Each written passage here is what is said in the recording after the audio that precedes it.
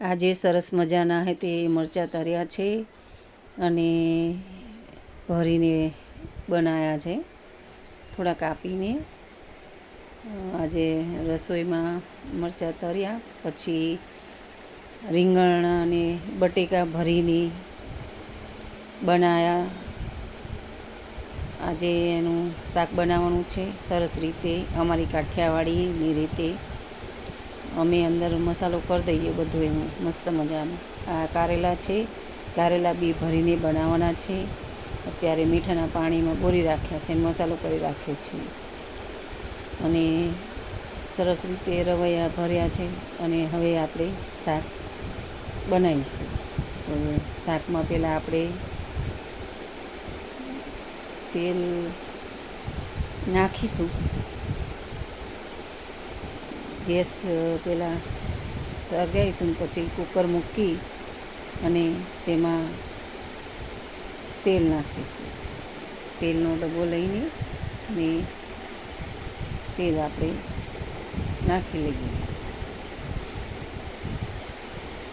3 પાવરા તેલ નાખવાનું અને તમારે જેટલું જોઈતું હોય એ પ્રમાણમાં તમે બી નાખી શકો છો. તમે ખાઓ એ પ્રમાણમાં તમારે નાખવાનું. અમારે તેલ થોડું વધારે જોઈએ એટલે અમે થોડું વધારે નાખીએ છીએ. પછી એની અંદર રાઈ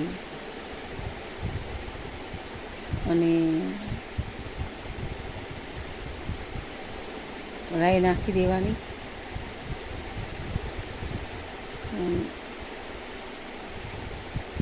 પછી તેલ આવી જાય એટલે રાઈ નાખવાની. આપણે હવે રાઈ નાખીશું અને પછી જીરું નાખીશું. જીરું અને રાઈને થોડી વાર આવવા દઈશું.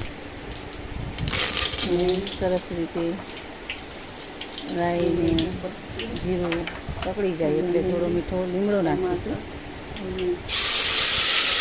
પછી લીમડો નાખી પછી એમાં ટામેટાં અને મરચાં એડ કરીશું.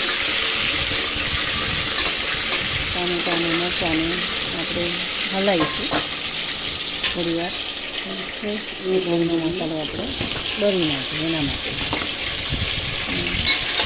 પછી આપણે રીંગણ અને બટેકા જે આપણે ભર્યા છે એ એમાં એડ કરી દઈશું અને પછી હલાવીશું. એટલે બરાબર થઈ જાય એટલે ઉપરથી થોડું આપણે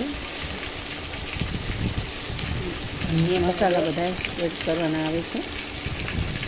જે તમારા સ્વાદ અનુસાર બધા મસાલા નાખવાના આવે. હળદર થોડી, પછી મરચું આવશે થોડુંક 2 ચમચી જેટલું. પછી આપણે નાખીશું ગરમ મસાલો, નમક. પછી નાખીશું